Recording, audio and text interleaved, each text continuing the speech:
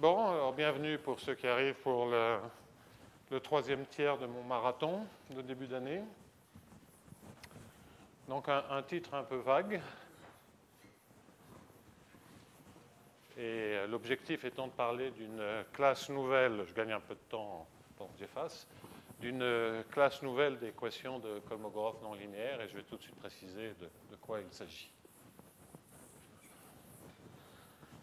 En vous parlant un tout petit peu d'un positionnement général de ce que j'appelle les équations de Kolmogorov non linéaires, parce que ça peut vouloir dire tout et n'importe quoi.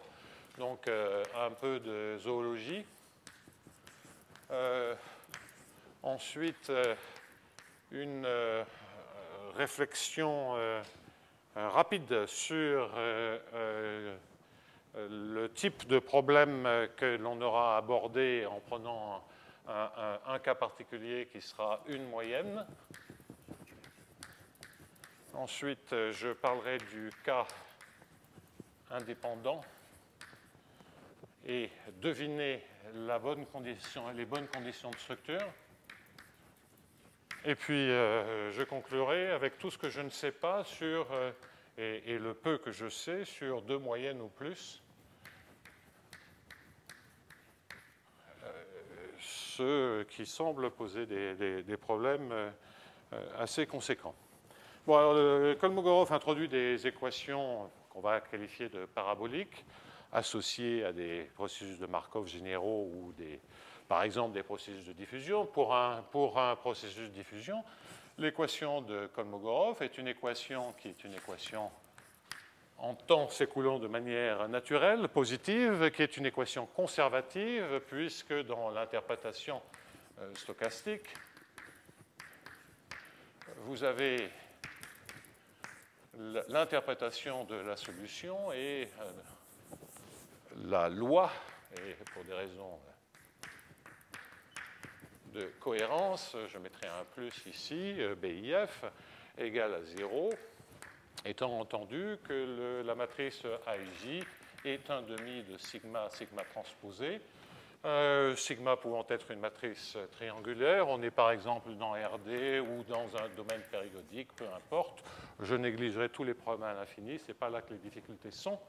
Et B est un champ de vecteurs. Je vais supposer que tout est régulier. Il y aurait en plus une couche supplémentaire de difficultés dans les problèmes spécifiques que j'étudierai, qui seraient liés au fait que typiquement on pourrait être intéressé par des conditions initiales qui soient des mesures singulières avec une partie en masse de Dirac, etc., etc. Donc ça, je ne compte pas en parler. Donc sigma et B sont des fonctions qui sont les coefficients du processus de diffusion. La loi initiale du processus est donnée par un F0 qui est positif ou nul et de masse totale égale à 1. C'est une proba, si vous voulez. Donc ça peut être une mesure de proba. Ça, dans les cas que je vais regarder, ce sera une densité régulière. Bien. Formellement, vous attendez à ce que le F reste positif ou nul et que la moyenne soit préservée.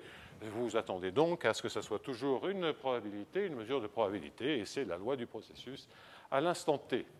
Donc ça, c'est vraiment l'équation de Kolmogorov, comme on dit, forward. Il y a évidemment l'équation parabolique standard, que je noterai avec des U, qui est en fait normalement, du point de vue des processus de Markov, une équation qui est backward. Donc évidemment, nous, mathématiciens, on a toujours changé le signe pour avoir une équation de la chaleur et que la diffusion se fasse comme on en a l'habitude dans le sens positif du temps, mais il n'en demeure pas moins que si on s'intéresse à l'interprétation probabiliste, c'est naturellement backward. Donc ici, ça serait plus IJ, DIJF,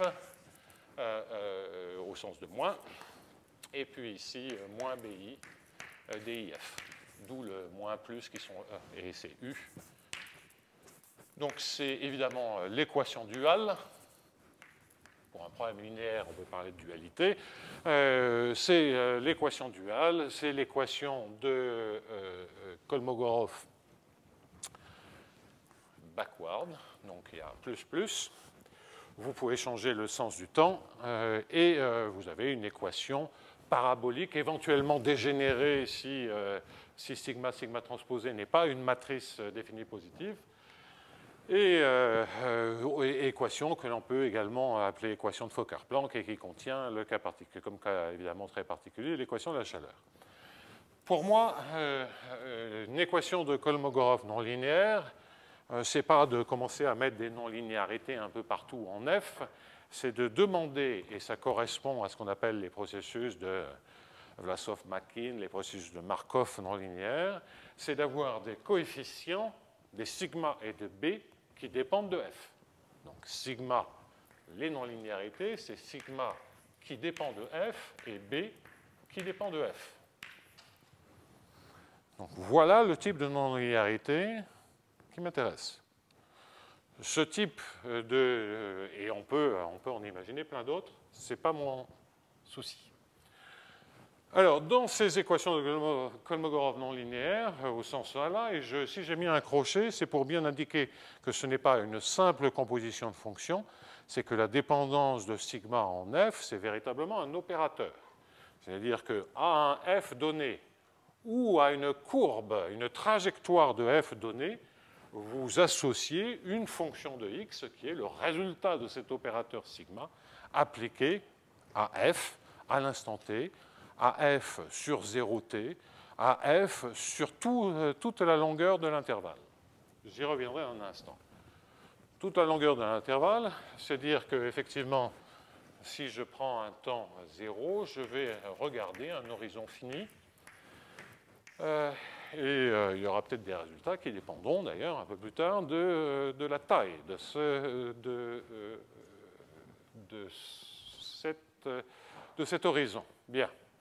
Alors, dans cette catégorie, on peut mettre énormément de modèles différents apparaissant, ça c'est l'élément de zoologie, apparaissant dans des contextes très très variés. Donc, exemple 1. Donc, c'est typiquement avoir un sigma de f au point x, de f, pardon, sigma de f au point x, si vous voulez, à l'instant t, qui est simplement une composition. C'est un sigma de f de x.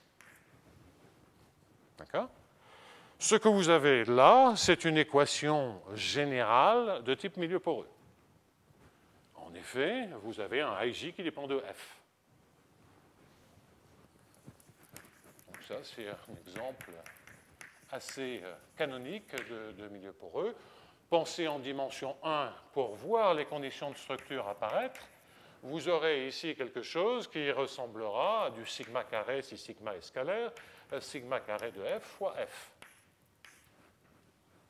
Déjà, pour que le problème soit bien posé, il faut qu'il y ait une condition quasiment nécessaire et suffisante structurelle sur ce problème-là, c'est qu'il faut que la fonction sigma carré de z fois z soit une fonction croissante. Si elle est strictement croissante au sens où la dérivée est minorée, vous avez une équation qui est non linéaire mais qui n'est pas méchamment non linéaire, et vous avez fondamentalement, lorsque vous avez ici une flèche de croissance, mais une flèche stricte au sens dérivée minorée, vous avez une équation qui se comporte, bien que non linéaire, essentiellement comme l'équation de la chaleur, en termes de régularisation, en termes d'existence et d'unicité. Dans les cas dégénérés comme ce qu'on appelle traditionnellement des milieux poreux, c'est-à-dire du Laplacien de f carré, ou du Laplacien de f à la puissance m, vous avez naturellement cette condition de croissance, mais avec une dégénérescence en f égale à 0. Bon, ça induit des pertes de régularité, mais ce n'est pas du tout ça que je veux regarder aujourd'hui. Je serai toujours prêt à renforcer mes hypothèses de monotonie stricte, de monotonie en monotonie stricte, pour éviter ce type de dégénérescence. On pourrait les rajouter, mais comme vous verrez, il y a déjà suffisamment de boulot pour ne pas se coltiner toutes ces difficultés-là. Donc ça, acquis, on sait, bien connu, énormément de travaux, on sait comment ça marche. Vous avez d'autres exemples que les probabilistes considèrent comme des cas quasiment linéaires, dans lequel, exemple 2, dans lequel sigma de f, c'est une fonction, je vais écrire sigma, vous pourrez écrire la même chose sur b, bien entendu, dans lequel vous avez une fonction d'une certaine moyenne ou de plusieurs moyennes. C'est-à-dire que ça dépend de f, mais ça, c'est une fonction qui ne dépend que du temps. Okay? Vous pouvez avoir une dépendance en x en plus, mais toute l'information sur f dans l'opérateur sigma de f est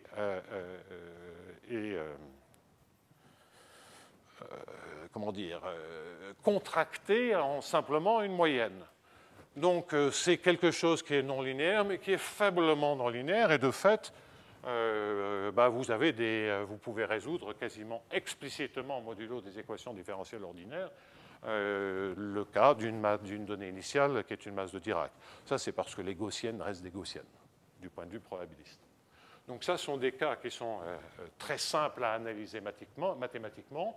Il n'y a pas de condition de structure. Les problèmes sont bien posés si on n'a pas de dégénérescence des conditions à l'infini sur psi.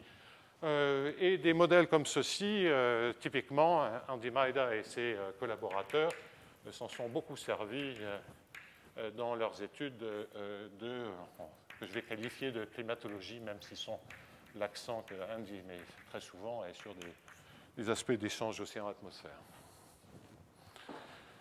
Bon, c'est un exemple qui, a priori, est très différent. Vous avez un troisième type d'exemple qui serait de dire sigma est un opérateur, mais qui va dépendre, est un opérateur régularisant, non local, mais régularisant. Donc c'est f étoile un certain noyau, ou je vais prendre un noyau de convolution, mais ce n'est pas nécessairement un noyau de convolution. Rho ayant une certaine régularité, on a automatiquement une certaine régularisation. C'est typiquement de dire, c'est fondamentalement de dire que la dépendance en termes de processus de Markov, c'est de dire que la dépendance se fait à travers la variable aléatoire auquel on ajoute une variable aléatoire indépendante dont la loi est ρ, ce qui évidemment adoucit les choses. Donc ça sont des situations également qui sont assez simples à analyser lorsqu'on a un noyau non local régularisant. Vous voyez que là, il est synchronisé en termes de temps. C'est une convolution spatiale. Donc ça, c'est OK. Il y a de multiples applications dans des domaines très variés à ce type d'opérateur régularisé. Vous avez, comme des exemples que je n'aborderai pas ici, vous pouvez voir dans des couplages d'autres types de couplages où l'opérateur va en fait dépendre de f, de toute l'histoire de f jusqu'au temps t. Et ça, c'est typique de tous les modèles cinétiques dans lesquels vous allez coupler, donc là c'est modèle cinétique, c'est vraiment la géologie, hein, dans lesquels vous allez coupler l'équation de Kolmogorov à une équation typiquement macroscopique qui peut être des choses extrêmement variées. Si vous pensez aux polymères, des équations aux polymères dilués, des équations de Navier-Stokes. Et tout ça, c'est effectivement pour résoudre jusqu'au temps t, l'équation sur la vitesse du fluide a besoin de tout l'historique de f jusqu'au temps t. Et également, et en revanche, l'équation en f surtout fait appel à, par exemple, au gradient ou à d'autres expressions qui viennent de U à l'instant t. Mais à l'instant t, ça dépend de tout le passé. En tout cas, ce n'est pas anticipatif dans ces modèles-là. L'exemple 4, je pourrais les multiplier, je pourrais vous parler de mesures quasi stationnaires, etc., avec d'autres types de conditionnement. Mais la zoologie, c'est juste quelques exemples de cette zoologie. L'exemple 4, c'est les MFG. Vous pouvez penser que les MFG, c'est un couplage entre une équation de Kolmogorov non linéaire dans laquelle vous avez besoin d'une autre fonction qui est déterminée par le F, les jeux à champ moyen. Et dans ce cas, le sigma ou le B doivent être vus comme des F sur tout l'intervalle. Donc là, on a besoin, a priori, pour reconstituer, on a besoin d'absolument tout l'historique. C'est un problème backward-forward et qui est vraiment un équilibre sur tout l'intervalle de temps. Je vais me rapprocher des problèmes et expliquer d'où ils viennent dans un instant. Je vais me rapprocher des problèmes qui m'intéressent en signalant donc la dernière classe d'exemple qui, a priori, est la classe qui va m'intéresser. C'est dans lequel la dépendance de sigma par rapport à f se fait en fait à travers une marginale. Donc sigma dépend d'une marginale de f. Alors, si vous voulez, vous pouvez voir les équations de Boltzmann, il faudrait parler de processus à saut, ce n'est pas diffusif, mais c'est de ce cas-là, et la difficulté, ce n'est pas la non-linéarité dans les sauts, c'est la non-bornitude de la non-linéarité, c'est-à-dire le caractère quadratique. Si le caractère quadratique était un caractère au plus linéaire, Boltzmann ne poserait aucune difficulté. Donc, ce n'est pas le fait que ça dépende d'une marginale, c'est le fait que, ce qui est délicat dans Boltzmann, c'est la non-bornitude. Donc, sigma marginal de f, pensez à un cadre simple, Vlasov, ou ce qui est un peu à tort est appelé Fokker-Planck-Vlasov, devrait être Kolmogorov-Vlasov. Eh bien, ce que vous allez avoir, c'est dans le F, où vous allez construire, si vous prenez du Vlasov-Poisson, Vlasov-Maxwell, déjà, ce serait marginal, mais on a besoin de l'historique jusqu'au temps t. Bien, vous allez construire un potentiel tel que moins Laplacien V soit égal à ρ, et ρ, c'est l'intégrale f dépend de x et de vt, c'est sur l'espace des phases, et vous prenez la marginale, c'est-à-dire la loi en x, et t, enfin en x, étant entendu que f, a priori, c'est la loi en xv. Alors, deux observations, c'est que, surtout si vous pensez à Fokker-Planck-Vlasov et beaucoup d'autres, on pourrait mettre Boltzmann dans cette catégorie, etc. Deux observations. Il n'y a pas de terme d'ordre 2 pour Vlasov. On a un opérateur assez régularisant, et c'est parce qu'il y a un opérateur assez régularisant qu'on arrive à faire marcher l'analyse mathématique en dimension 3. C'est-à-dire que c'est une marginale, mais ça a un petit côté de noyau régularisant, et c'est quand même pour ça que cela marche. Et c'est d'ailleurs pour ça qu'on est bien plus avancé sur Vlasov-Poisson que sur Vlasov-Maxwell. Donc ça c'est un exemple. Je vais signaler d'autres exemples qui apparaissent dans les modèles physiques de turbulence, juste pour varier les plaisirs. Modèle de turbulence dans lequel la marginale en question va être en fait liée à ce que probabilistiquement correspond à l'espérance conditionnelle d'une coordonnée par rapport à l'autre. Donc, dans ces modèles de turbulence, et c'est dans les termes du premier ordre, ce n'est pas fortement parabolique, mais c'est hypoelliptique. Enfin, c'est vraiment l'expression assez standard V gradient X moins Laplacien V. Donc, ça, c'est la base linéaire. Et vous allez avoir un terme non linéaire, ici, qui va dépendre de l'espérance de V sachant X. Donc, je n'écris pas de quoi il s'agit parce que je vais y revenir dans un instant. Mais c'est typiquement pour avoir des modèles de style physique statistique au sens de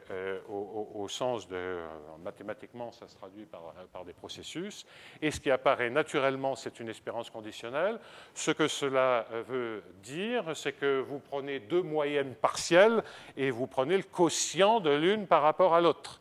C'est que typiquement, dans le B, vous allez avoir des choses qui ressemblent à f de x, de v et de t. et VdV et que vous divisez par l'intégrale de f de x vt dv. Il y a d'autres endroits, notamment dans les équations de Landau, où on trouve ce genre de constat. Alors, ça, c'est quelque chose que, en fait, Denis Tallet avait commencé, son équipe avait commencé à regarder ça pour des modèles de turbulence. Je crois que c'était pour les 60 ans de François, qui ne se souvient que de mon introduction et absolument plus du contenu. Mais de mon introduction, je pense qu'il s'en souvient. Hein? Pas tant que ça. Hein? Bien, donc, désolé pour ce petit clin d'œil personnel, mais j'étais sûr qu'il se souvenait de cela. Effectivement, tu as oublié les maths, mais enfin, ça, on est habitué.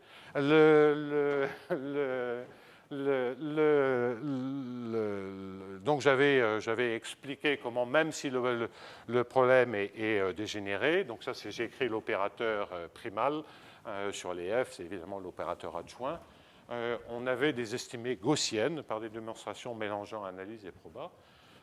Après, Denis a fait une démonstration complètement probabiliste de la chose. Disons simplement que dans un cas de figure comme celui-ci, c'est aussi vrai pour Fokker-Planck-Poisson, le fait qu'on ait des objets bizarres comme ces moyennes partielles est contrebalancé, c'est une vraie difficulté, est contrebalancé par le fait que la non-linéarité n'est présente que dans les thèmes d'ordre inférieur. Et c'est pour cela qu'on arrive à s'en sortir. Ce n'est pas simple, on peut même résoudre avec des masses de Dirac, mais ça se fait. Ce que je vais vous raconter aujourd'hui s'inscrit dans ce thème de moyenne partielle, de marginale, voire d'espérance conditionnelle, mais je vais faire taper ces moyennes partielles et ces espérances dans le sigma, c'est-à-dire dans le terme d'ordre supérieur, renforçant ainsi la non-linéarité et devenant telle qu'il n'y a plus d'estimation sur les solutions fondamentales disponibles. Il y a vraiment très très peu d'estimations universelles dans ce cas-là. Et il s'agira bien sûr de comprendre, donc j'en arrive donc au point 2, il s'agira à ce moment-là de comprendre déjà quelles sont les conditions pour que le problème soit bien posé, en quel sens, en un sens classique, et ça, nous allons, ça, en revanche, je pense l'avoir compris. Ce n'est pas pour ça que je sais tout faire dans ce cas de figure. Donc, ce que je vais regarder aujourd'hui, comme je viens d'expliquer, ça va être une situation, et je vais regarder le plus simple possible, et quelque chose de suffisamment représentatif en termes de généralité. Le plus simple, ça va être de prendre dimension 2, le plus possible d'opérateurs à coefficient constant. Donc, je les écris. Donc, je vais écrire maintenant mon équation, df sur dt, étant entendu qu'une fois que vous avez un cas simple, le complexifier n'est pas très difficile. Moins d2 sur dy2 fois f. Il va falloir parler de corrélation. Donc ça, ce sera un simple paramètre de corrélation, moins qui, assez naturellement, en valeur absolue, soit inférieur à 1, c'est qu'on a derrière deux browniens. Ρ égale à 1, c'est le même brownien. Ρ égale à 0, c'est des browniens indépendants. Et ρ égale moins 1, c'est un brownien et moins l'autre, pour simplifier. Donc, d2x sur dy. Ici, je vais mettre sigma f. Je ne dis pas encore ce qu'il y a dans le sigma. Moins 1,5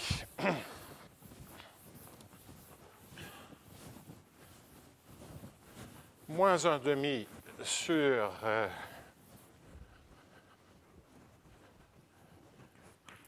moins 1,5 de d2 sur dx2 de sigma carré. Et je ne précise toujours pas ce qu'est sigma f. Donc vous voyez deux variables, x, y, étant entendu qu'ensuite vous pouvez avoir des choses plus générales un peu partout, vraiment dans chacune des équations, et que ici vous pouvez avoir un bloc de variables et ici un autre bloc de variables. Mais regardons ce cas-là pour comprendre de quoi il s'agit. Sigma dépend de quoi? bien, sigma va dépendre de l'intégrale de f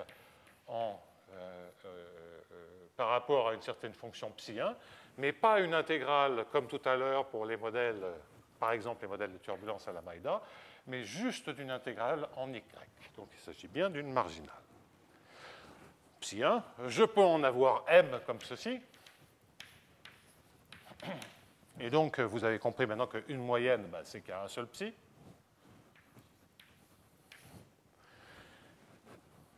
Et le cas particulier qui est à la base, qui est à l'origine de ce que je suis en train de vous raconter, c'est un cas dans lequel vous avez assez naturellement, je vais faire simple, l'intégrale de f de f psi1 divisé par l'intégrale de f psi2. En fait, modulo une transformation logarithmique, ce n'est pas du style psi1 égale y, psi2 égale à 1, c'est plutôt du style psi1 égale e puissance 2y et psi2 égale e puissance y qui est intéressant. Donc on peut penser que les psi sont des e puissance alpha i, y. Bien entendu, alpha i égale à 0, c'est 1. La limite, quand alpha tend vers 0, de puissance alpha i, y moins 1, c'est y. Vous avez tous les polynômes qui sont cachés derrière les exponentielles. Okay? Mais ça, c'est si vous avez envie d'avoir un exemple. D'accord? Alors, c'est typiquement, si vous vous intéressez à l'espérance conditionnelle du processus, de la composante y du processus par rapport à y, par rapport à x, la loi, c'est précisément l'intégrale de fy dy divisée par l'intégrale de f de y. La loi de ce bazar-là, donc si au lieu de dire sigma dépend de la loi de grand X, vous dites ça dépend de la loi de la marginale, vous avez ce quotient. Donc je vais beaucoup insister sur le quotient. Alors pourquoi on s'intéresse à ça? J'aurais jamais eu l'idée de m'intéresser à un objet comme ceci si un jour Olivier Guéant, croisé dans un couloir, ne m'avait dit, en bossant avec HSBC, donc ça vient de... C'est pas qu'il soit dans HSBC, mais c'est parce qu'il bosse avec un département de recherche d'HSBC, que ce problème est apparu naturellement. J'ai regardé le problème et je lui ai dit, on ne sait rien faire. Okay, c'est exact. Hein. Tu avais d'ailleurs contacté Denis et Thalé avait dit, on ne sait rien. Bon. Ensuite, il suffit d'introduire, pour modifier un peu les comportements, d'introduire Jean-Michel Lasserie dans la boucle. Et les choses changent parce qu'il commence par dire « Ok, on ne sait pas, on ne sait rien, d'accord. » Mais regarde ce cas ultra particulier, c'est le cas unimoyenne. Je dis « Ah ben oui, ça je sais faire. » Oui, mais après, si tu prends, ça ne doit pas changer grand-chose. Et effectivement, il m'a redonné du courage et du coup, on commence à réfléchir beaucoup plus systématiquement à ce genre d'équations. Les modèles exacts développés grâce à HSBC par Olivier et ses collaborateurs sont passablement plus compliqués en termes de notation, mais je veux, à travers cet exemple, pointer sur la difficulté mathématique fondamentale. Et il y en a une. Donc, voilà l'origine de la motivation, mais vous avez bien compris à travers la zoologie que j'ai indiqué que des marginales partielles, c'est un thème absolument récurrent dans cette histoire des équations de Kolmogorov non linéaires. C'est déjà le cas dans les modèles cinétiques avec Vlasov, c'est une marginale, et dans ces modèles de turbulence avec Denis. Et c'est naturel d'essayer de se dire, ben, on regarde le cas le plus difficile dans lequel cette dépendance en les marginales, en une marginale, se fait dans les termes de diffusion. Je suis sûr qu'il y a d'autres endroits où ceci apparaît. C'est une équation qui, une fois que les coefficients sont donnés, est une équation linéaire. Une fois que vous avez compris des choses comme ceci, ou moyennement compris des choses comme ceci, vous pouvez compliquer. Vous pouvez compliquer, et notamment penser à des MFG avec des informations en présence d'incertitude, parce que c'est aussi une manière de comprendre l'incertitude. Ça veut dire quand même que la seule chose que l'on observe fondamentalement là-dedans, c'est le x. Et que les autres coordonnées cachées sont observés par des... c'est au fond l'idée aussi dans les modèles cinétiques. C'est de dire que ce que l'on voit réellement du point de vue macroscopique, ce n'est pas l'ensemble des variables cachées, ce sont des moyennes macroscopiques, et que donc c'est toujours une manière de cacher des fluctuations ou d'aborder des fluctuations qu'on a du mal à observer. Ceci, après, on peut aussi se poser le même genre de questions en essayant de faire du contrôle optimal en présence de telles incertitudes, voire des MFG, etc., etc. On peut penser à d'autres conditionnements. Là, vous avez des conditionnements instantanés au temps t. Vous pouvez penser par rapport à un historique. Vous pouvez penser à d'autres conditionnements par rapport à des événements comme du style je ne sors pas du domaine. Donc ça aussi, c'est assez amusant du point de vue des équations paraboliques. C'est un domaine qui a été presque pas abordé par les analystes, qui consiste à dire, oui, je vais regarder un processus de diffusion, mais je vais le regarder conditionnellement au fait qu'il ne sorte pas. Je sais que si j'attends suffisamment longtemps, avec probabilité 1, il va sortir. Mais donc, je conditionne par un événement qui est de plus en plus rare. Ça veut dire que je vais faire des quotients avec des trucs qui tendent vers 0. Donc, ça va changer très brutalement le type d'équation. On peut multiplier les exemples. Tout ça pour dire que je trouve que c'est déjà un bon cas de test pour essayer de comprendre de telles équations, comme je les appelle, de Kolmogorov non linéaires, et la motivation originale vient d'être rappelée. Alors, une moyenne. Une moyenne, et puis on va essayer de faire le plus simple, c'est-à-dire une moyenne, et puis tant qu'à faire. Donc je vais avoir un sigma qui dépend que d'un seul psi de y. Et je suis prêt à tout faire pour pouvoir dire quelque chose du point de vue mathématique. Tout faire, ça veut dire quoi? Ça veut dire que dans un premier temps, je peux prendre psi égale e puissance lambda y, étant entendu que vous avez les polynômes cachés derrière. Et à ce moment-là, pas besoin d'être grand clair pour dire je vais quand même essayer de voir ce que je peux dire sur la moyenne. OK? Donc, je regarde f1 qui est l'intégrale de psi de y. Et j'essaie d'avoir une équation sur f1. Ça va marcher si on a une exponentielle. Faisons le calcul. Donc, df sur dt. Vous multipliez par e puissance lambda y et vous intégrez. Donc, vous faites l'intégration par partie et à quelques erreurs de signe près, ça vous donne moins lambda 2 sur 2 fois f1. Vous faites le même calcul pour ceci. Eh bien, il va y avoir évidemment un d sur dx qui subsiste. L'intégration en y vous change le signe et vous créez un rho lambda que je peux mettre dehors, sigma de f1 fois f1. Un terme non linéaire du premier ordre, pas méchant. Et enfin, le terme de diffusion, qui se passe très bien, et qui vous donne un d2 sur dx2 de sigma carré de f1 fois f1. Et donc, on est ramené à l'exemple 1 d'équation de Kolmogorov non linéaire, qui est l'exemple d'équation de type milieu poreux. On voit à ce moment-là que le problème, on apprend quand même quelque chose. Bon, déjà, on voit que ça a l'air de marcher, ce genre de problème. Et on voit que le problème sera bien posé, et on a tout ce qu'il faut dans la littérature pour dire des choses, essentiellement si et seulement si la fonction sigma carré de z fois z est croissante. C'est la condition que je vous ai indiquée il y a un instant. Bien.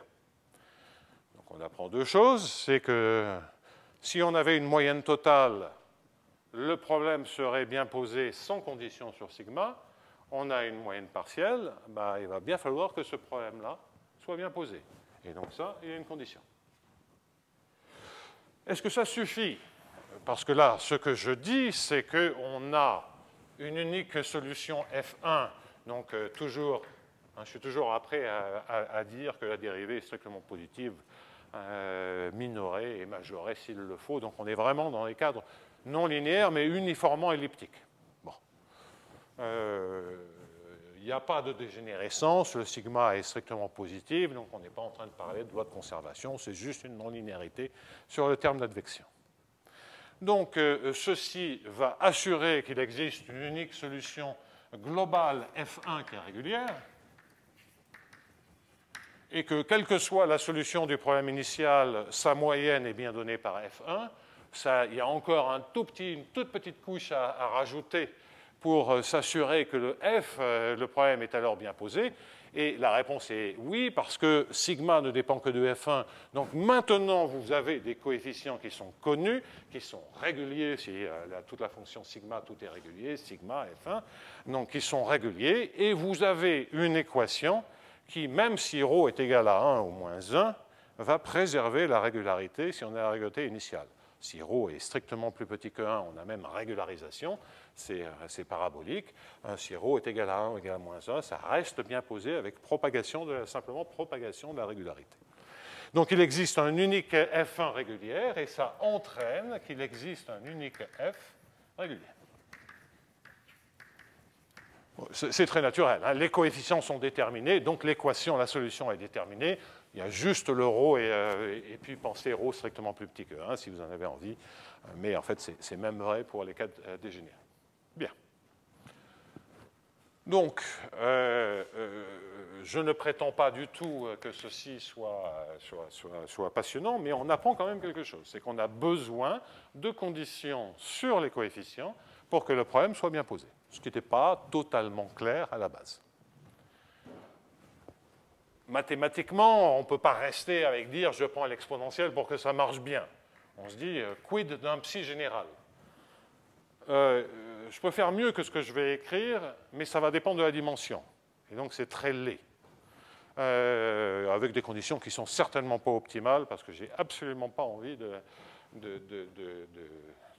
m'embêter avec ça. En revanche, ce que je peux indiquer, c'est que si vous faites une hypothèse où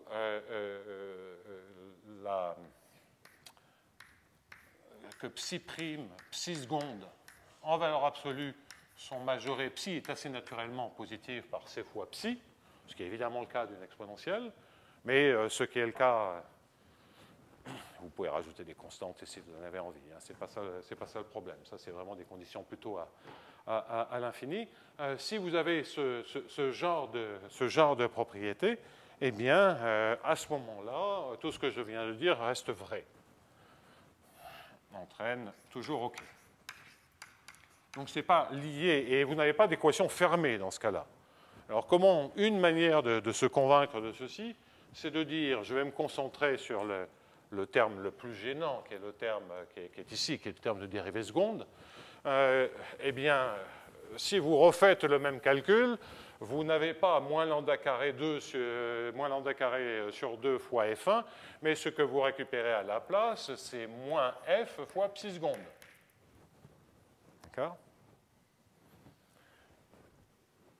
Mais si vous avez cette hypothèse, ben, vous pouvez imaginer que ceci, c'est quelque chose comme, et je vais l'écrire comme ceci, un a de x et de t fois l'intégrale de f psi. D'accord ? Parce que le coefficient, une sorte de théorème de la moyenne, hein, mais peu importe. Et avec un a qui est borné. Et donc, ça veut dire que l'équation que vous récupérez, bien sûr, le a dépend de f. Le a dépend de f. Mais si, dans un premier temps, vous voulez démontrer de la régularité, c'est comme si vous aviez ici un terme af qui est bien fichu par rapport à f, mais déjà, il est borné pour commencer. Donc, ça vous donne déjà tout un cran de régularité gratuitement. C'est une équation que je vais prendre uniformément parabolique, puis après en bootstrap. Donc là, il y a des maths à faire, mais c'est technique et fondamentalement, ça ne rajoute rien par rapport au psi.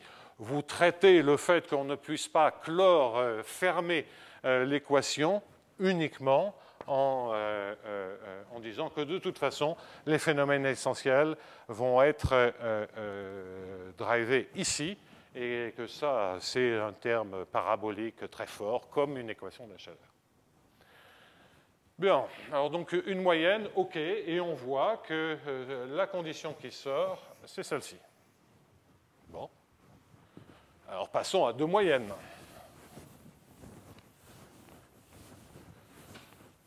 Alors, est-ce qu'il y a d'autres situations dans lesquelles on peut générer assez facilement des solutions?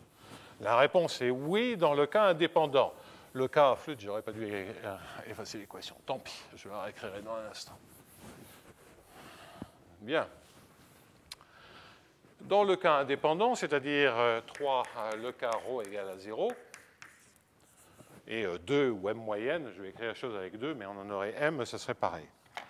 Le cas ρ égale à 0, c'est un cas, si vous pensiez en termes d'espérance conditionnelle, pour se faire guider par l'intuition probabiliste, il y a quand même, et ce sont des probabilités élémentaires, donc je ne suis pas en train de faire appel à des choses extrêmement compliquées du point de vue probabilité, c'est de dire que les bruits sont indépendants, c'est-à-dire que les composantes sont indépendantes, hein, puisque là j'ai des coefficients constants, il n'y a pas de couplage, donc, et une espérance conditionnelle, si j'avais le rapport, c'est simplement l'espérance.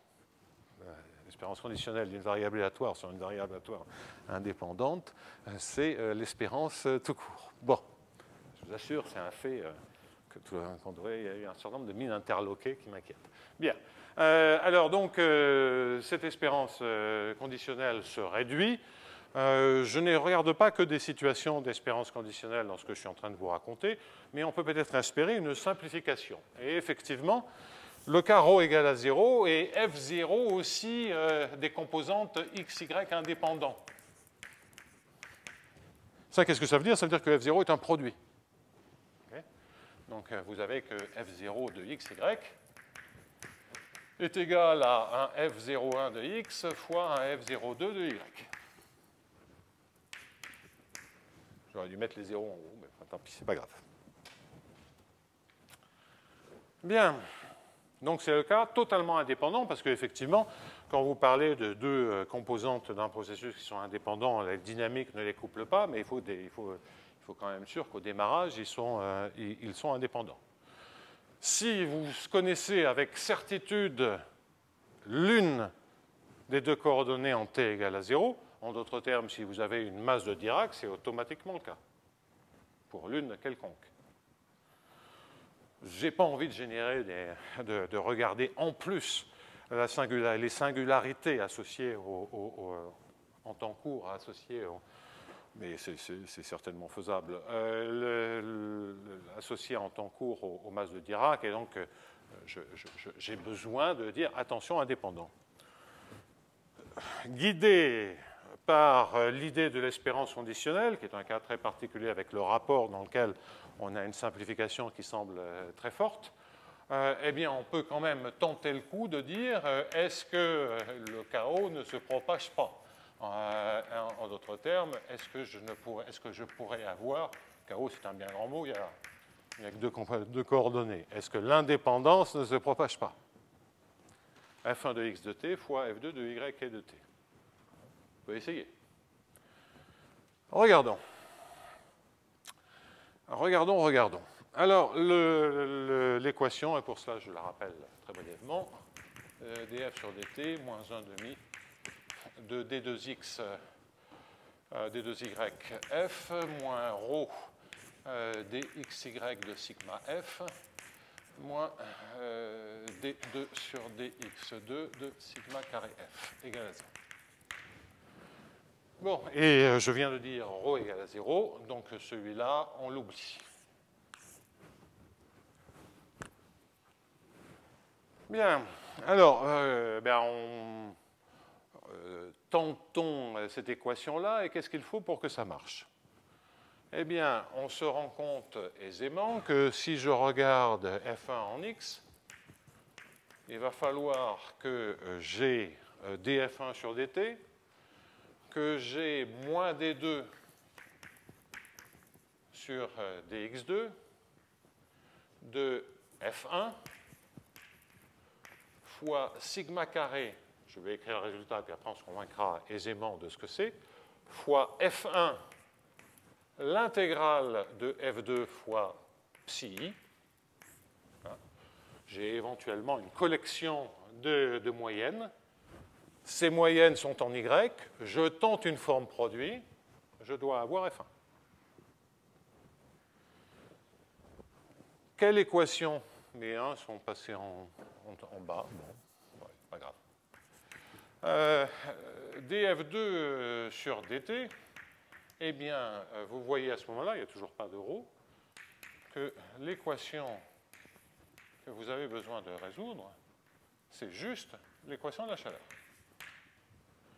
Si vous faites ceci, donc vous résolvez l'équation de la chaleur pour F2, vous réinjectez dans l'équation en F1 les moyennes et vous résolvez cette équation-là, eh bien, effectivement, le produit vérifie cette équation-là. Vous allez avoir l'équation de la chaleur pour les dérivés en Y multipliée par F1. Donc ça, cette partie-là va faire 0. Ensuite, la dérivée en temps sur le F1, F2 qui est factorisé, et vous avez cette équation-là qui reste pour F1. Donc, j'ai agité les mains, mais vous reportez et vous avez ce qu'il faut. Alors ça, c'est intéressant, parce que d'abord, c'est des équations faiblement couplées. On a une équation parfaite ici, l'équation de la chaleur. Une fois, donc, on sait calculer toutes ces moyennes, et tout ce qui nous reste après, c'est une fonction explicite du temps, que multiplie F1, et donc je suis ramené avec cette modulation temporelle, je suis ramené exactement au premier cas des équations de milieu poreux.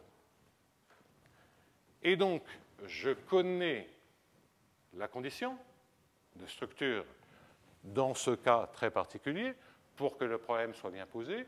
Il va falloir que Z de sigma carré de Z fois alpha, Z fois bêta, quel que soit alpha et bêta strictement positifs.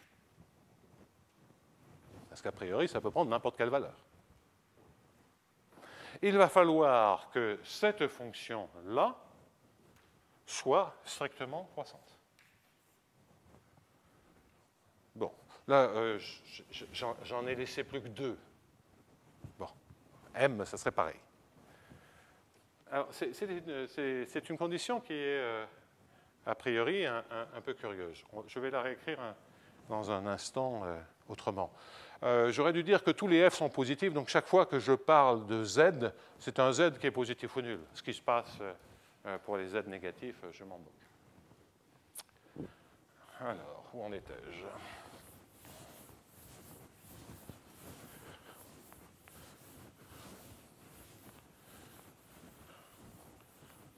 Donc, dérivons ce bazar-là, et sigma carré, ce n'est pas tout à fait A, mais je vais l'appeler A.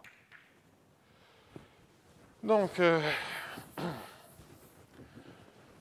c'est certainement dire que A plus alpha fois Z fois D sur A par rapport à la première variable d'xi 1. Plus bêta Z dA sur dxi 2 doit être positif ou nul, voire strictement positif pour que ça se passe bien en termes de régularité. Et le alpha Z, c'est xi 1, parce que alpha est quelconque, bêta est quelconque, donc vous pouvez penser que c'est deux variables, xi 1 et xi 2. Et donc vous voyez que la condition qui apparaît, la condition de structure qui apparaît, elle n'est pas tout à fait évidente. Elle consiste à dire que A qui est sigma carré, ou sigma carré, plus xi 1 d dxi 1 de sigma carré, hein, c'est bien ça, plus xi 2 de dxi 2 de sigma carré est positif ou nul. Donc ça, à deux moyennes, on voit apparaître cette condition de structure et qui est d'une certaine manière, au vu de ce système, à nouveau nécessaire et suffisante pour que le problème soit bien posé. Bon. Quid du quotient? L'exemple du quotient, donc c'est sigma carré de xi1 sur xi2, c'est-à-dire de l'espérance conditionnelle. Et particulièrement intéressant parce qu'effectivement, c'est une fonction qui est homogène de degré 0. Et donc, la relation d'Euler vous dit tout de suite que ça vaut 0. J'ai tellement horreur de calculer des dérivés que c'est mieux de raisonner comme ceci. Donc, dans ce cas-là, sigma carré, positif ou nul, mais ça, c'est toujours vrai. Donc, ça veut dire que dans le cas du quotient, dans le cas de l'espérance conditionnelle, il n'y a pas de condition de structure sur sigma. Donc, ça, c'est vraiment une information importante. Extrapolée, néanmoins, à partir d'un cas ultra particulier, ρ égale à 0, tout indépendant. Et donc, avec une certaine confiance en la structure mathématique du problème, on se dit, on peut imaginer que ça, c'est la bonne condition de structure pour le problème général. La réponse, ça va être oui, mais ça va se payer. Alors, donc, j'en arrive au dernier point de mon exposé. Alors, je devrais conclure. Une fois que c'est strictement positif, F2 totalement identifié. Une fois que vous avez F2, vous avez des fonctions régulières du temps qui sont là. Si vous avez une hypothèse comme ceci, éventuellement renforcée, ben, vous avez une unique solution régulière. D'accord ? Une fois que vous avez F1, F2, vous avez les coefficients et le F est entièrement déterminé. Enfin, ça, c'est surtout pour l'unicité, puisqu'il faudrait être sûr que toute solution est bien factorisable. Okay ? Le plus simple, c'est de dire les coefficients sont identifiés et donc un résultat d'unicité. Bon, je passe, ça n'a pas grand intérêt, c'est quand même pas le cas le plus intéressant. Si on manipule des espérances conditionnelles, c'est quand même pas pour regarder des situations indépendantes. Mais les situations indépendantes, totalement indépendantes, parce que ce que je viens de dire, c'est vous gardez ρ égale à 0, mais vous supposez qu'initialement les deux composantes sont couplées, c'est-à-dire vous avez des lois non triviales initialement, la factorisation, elle ne marche plus. Okay ? Il faut, pour garder l'indépendance, il faut le tout, c'est l'équation, enfin l'évolution et la condition initiale. Bon. Dernier point.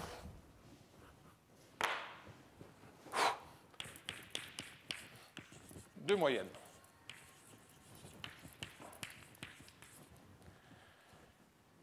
Alors, je vais faire simple.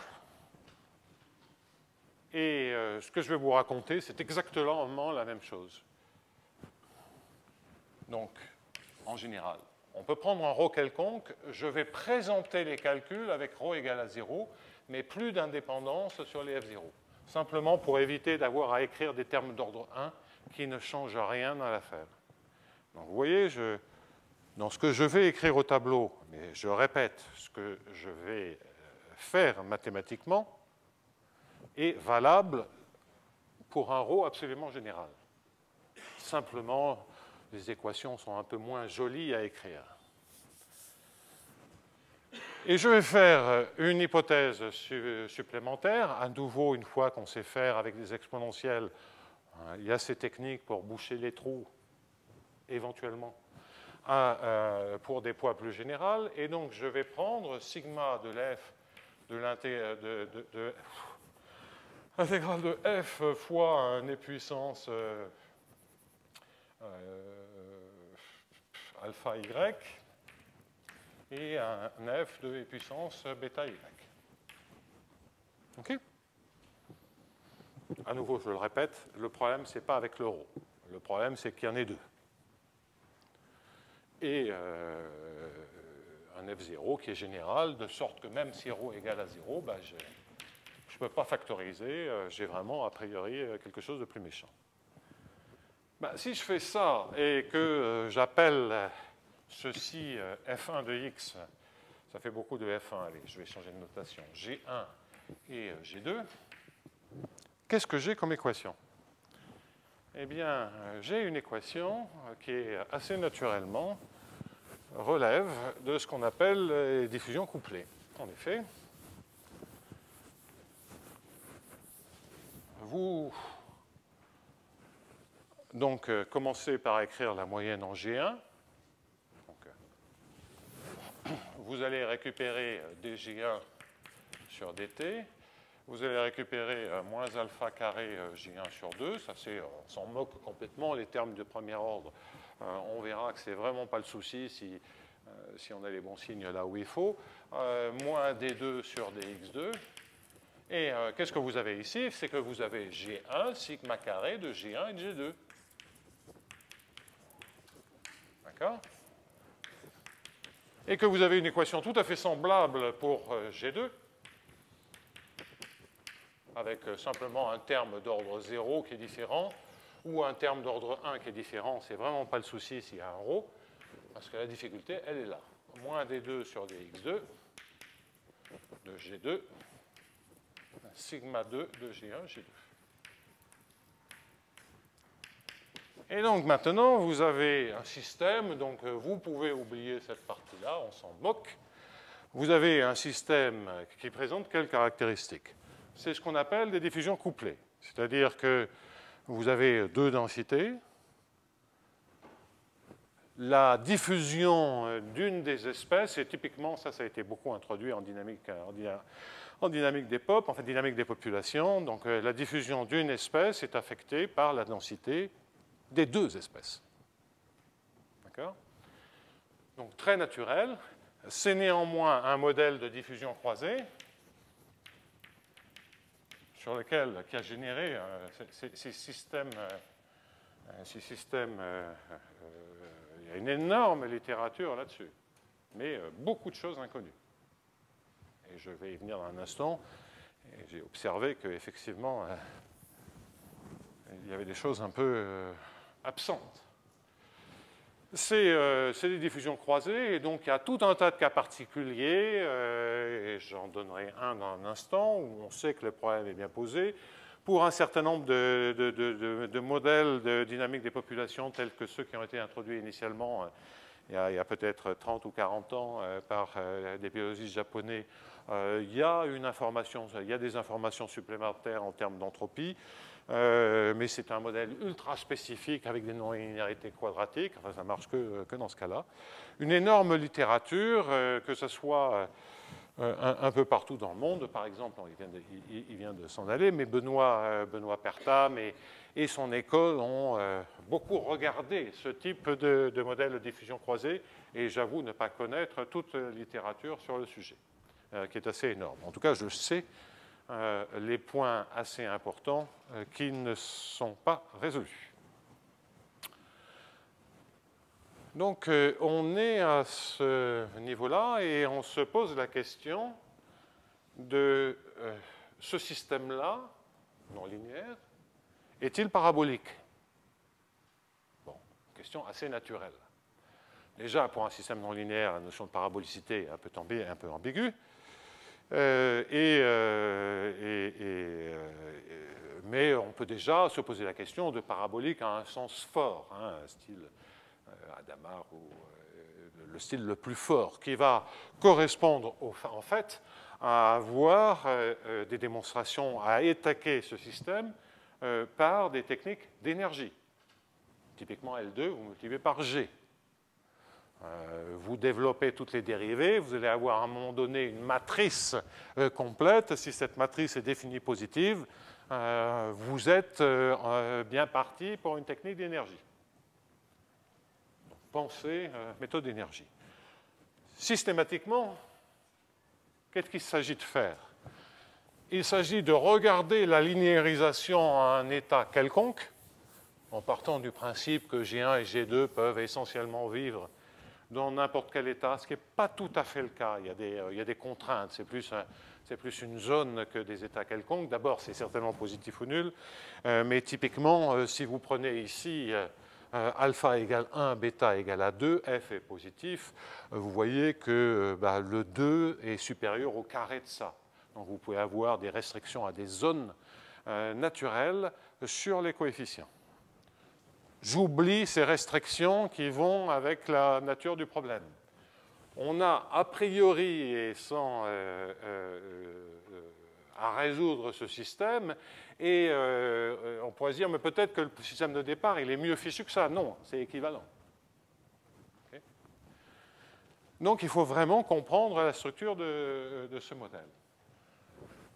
On regarde donc la linéarisation à un état xi1, xi2 quelconque, et on fait le calcul. Alors, la matrice, c'est quoi? Je vais essayer de faire le calcul, ce qui à cette heure-ci me paraît dangereux. Sigma 2 plus xi1 dxi1 sigma carré. Ensuite, vous allez avoir xi1 dxi2 sigma carré. Et puis ici, vous allez avoir en direct par rapport à G1, xi2 carré xi2 carré dxi1 de sigma carré. Et puis ici, sigma carré plus xi2 dxi2 sigma carré. Yann, c'est bon? Non, je fais référence au fait que c'était le seul qui corrigeait mes erreurs de calcul pendant le cours. Pardon?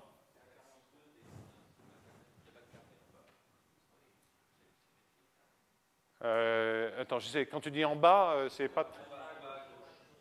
En bas à gauche, ça, il n'y a pas de carré. Donc voilà. Et là, c'est bon, ça. OK.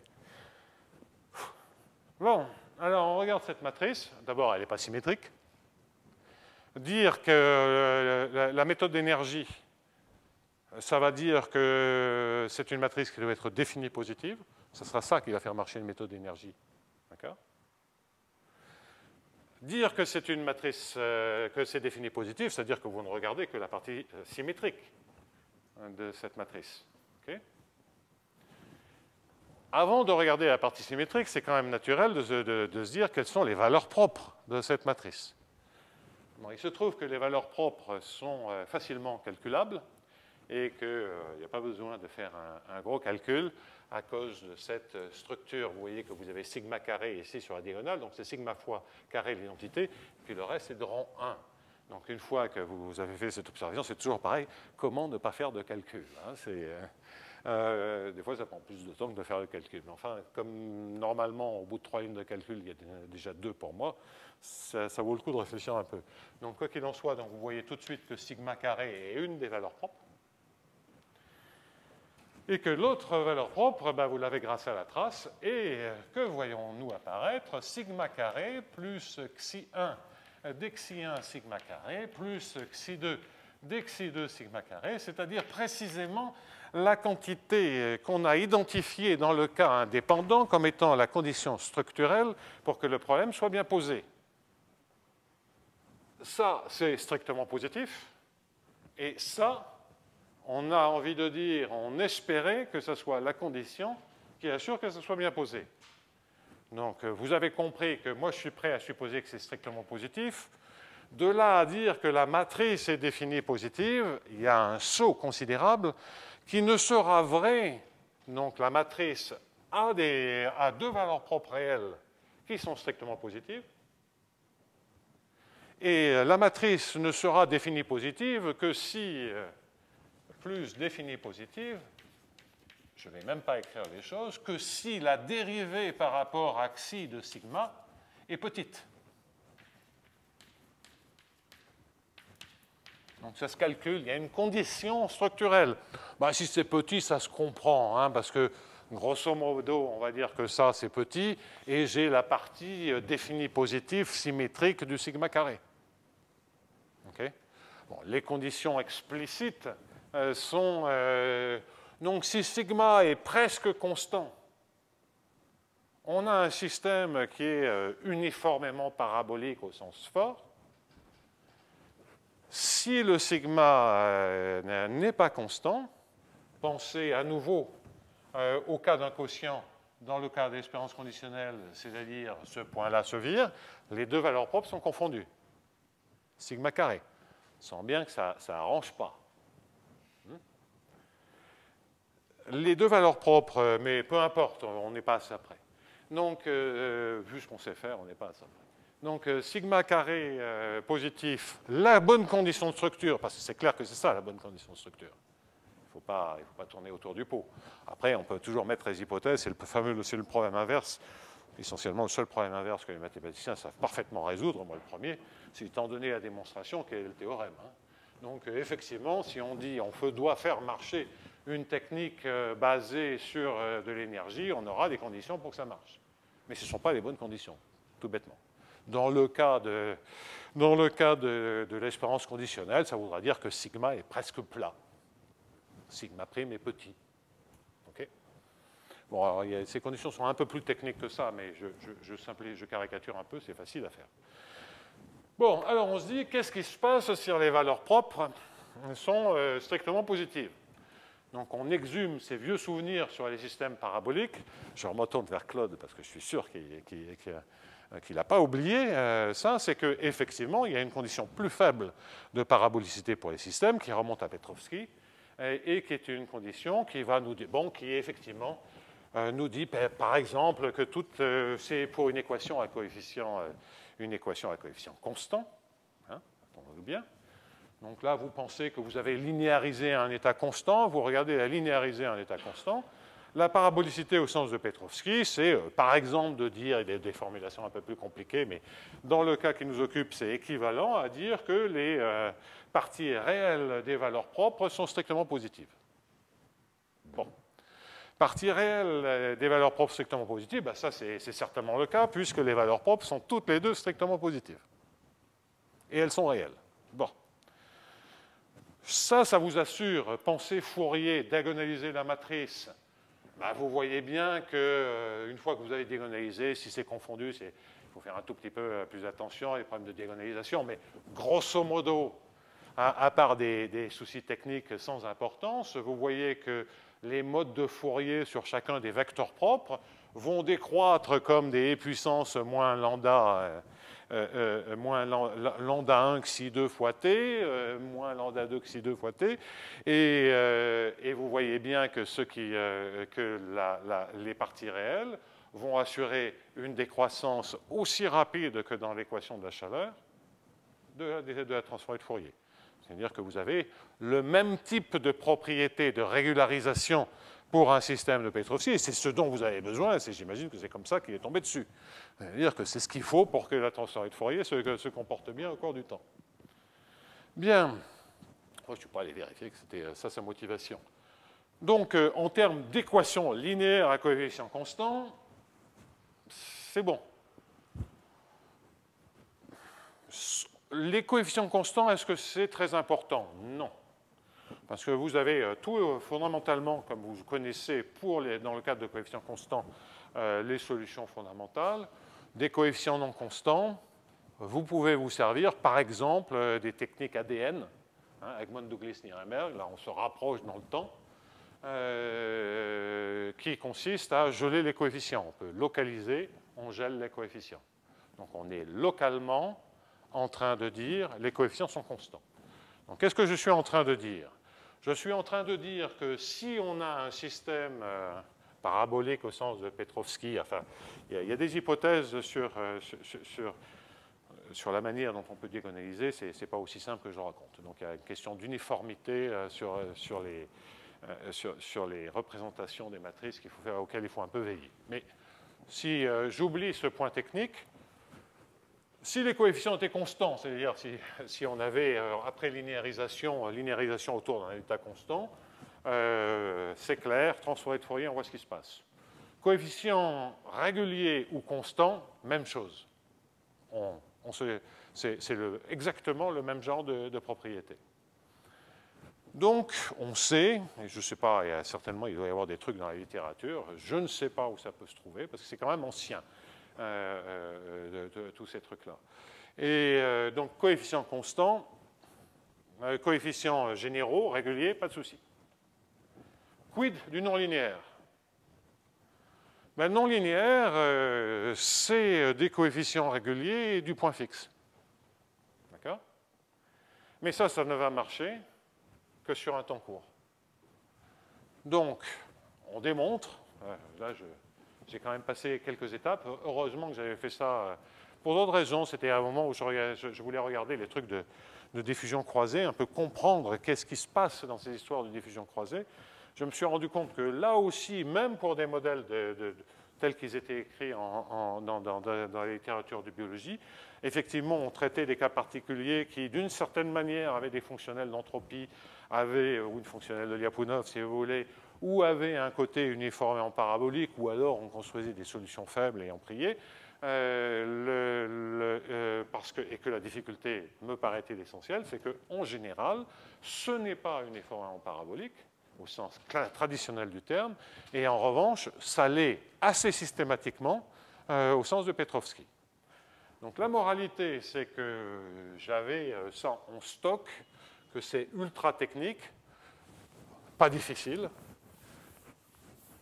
et que c'est simplement, on est dans une certaine boule d'un espace fonctionnel en temps t égale à 0, et que sur des temps courts, on va automatiquement ne pas être très très loin, et on a un point fixe à réaliser, des bornes à réaliser par ce genre de technique. C'est parce que ce sont des équations paraboliques, hein, donc ne me faites pas dire ce que je ne sais pas faire. Donc c'est pas rigolo, mais c'est pas très très compliqué. Et quel que soit le mode d'explosion. Et que grosso modo, hein, c'est ce qu'il faut imaginer, c'est que vous ayez une explosion extrêmement rapide, et c'est grosso modo, hein, de couper là où il faut va vous donner un temps d'existence. C'est en général pas beaucoup plus compliqué que ceci.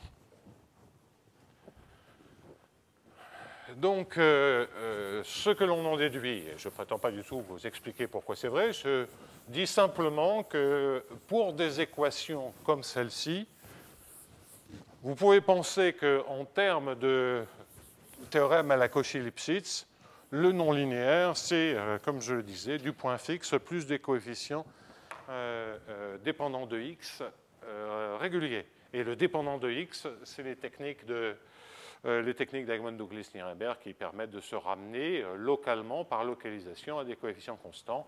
Vous mettez tout bout à bout, et au bout d'efforts non négligeables, totalement techniques et sans grand intérêt, vous démontrez le théorème suivant, que sous l'hypothèse structurelle qu'il faut, à savoir que sigma carré plus xi1 dxi1 sigma carré plus xi2 dxi2 sigma carré, strictement positif. Dans le cas de notre motivation initiale de la question soulevée par Olivier, eh bien, c'est simplement dire sigma carré strictement positif. Eh bien, vous avez une unique solution maximale régulière, maximale au sens sur un temps 0 t étoile. T étoile est éventuellement à l'infini, et si T étoile est fini, la solution explose en normes très régulières.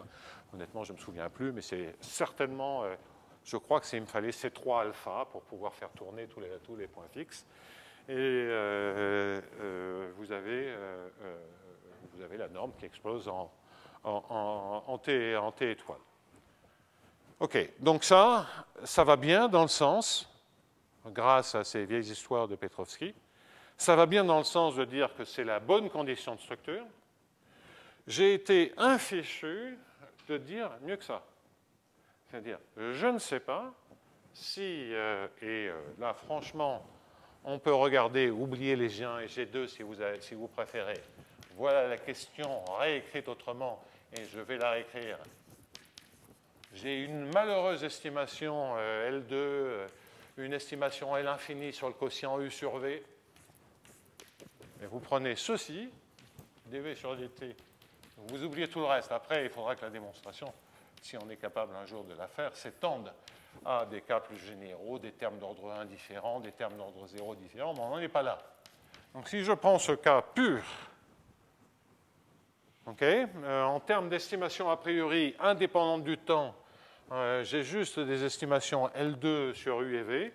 J'ai une estimation L infini sur U sur V. Il y a une équation assez abominable sur U sur V, mais qui typiquement fait apparaître le gradient, un terme de dérive avec le gradient du log de U.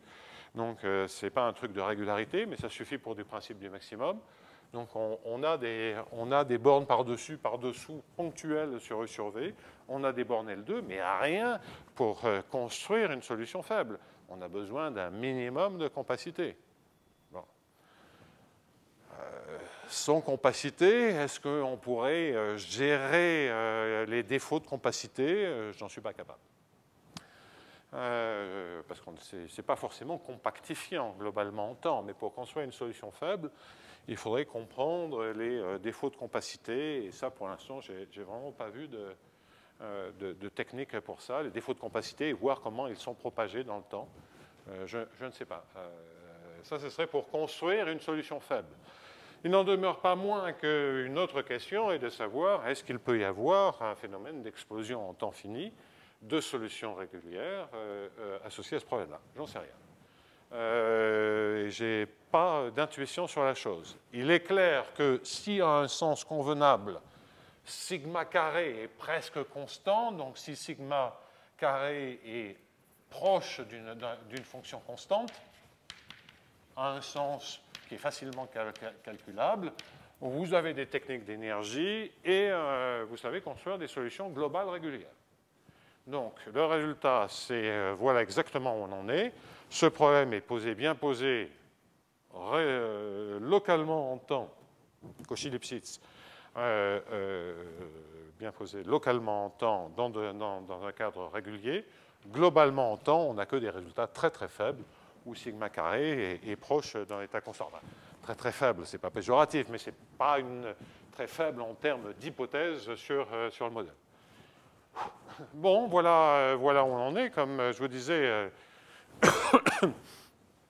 beaucoup de questions inconnues et des questions inconnues délicates. Un spécialiste de diffusion croisée me disait qu'il y a peut-être des exemples de solutions qu'il qualifie d'extrêmement bizarres qui perdent la régularité en temps fini. Mais j'ai rien vu, à part cette information très très vague, j'ai rien vu sortir. Et en fait, il pensait à des modèles plus généraux. Je ne suis pas sûr que ça s'adapte à un quotient. On a quand même une particularité par rapport à des diffusions croisées générales, et je conclus là-dessus, qui peut-être aide un tout petit peu, c'est d'avoir le même sigma carré ici et là, c'est-à-dire les mêmes coefficients de diffusion. Ça, c'est une information qui est utilisée plus tard, par exemple, pour extraire les valeurs propres, comprendre le signe des valeurs propres. Là, on s'en sert algébraïquement, mais du point de vue de l'analyse, à part la borne sur U sur V que j'ai mentionnée, la borne L infini, et je ne vois vraiment pas comment obtenir quelque chose de plus, le fait qu'on ait le même sigma, je ne m'en sers pas beaucoup. Donc, avis aux amateurs, toutes les suggestions, idées, démonstrations seront les bienvenues. Et sur ce, ouf, mon marathon est fini pour aujourd'hui. Bon, je vais me coucher. Merci bien.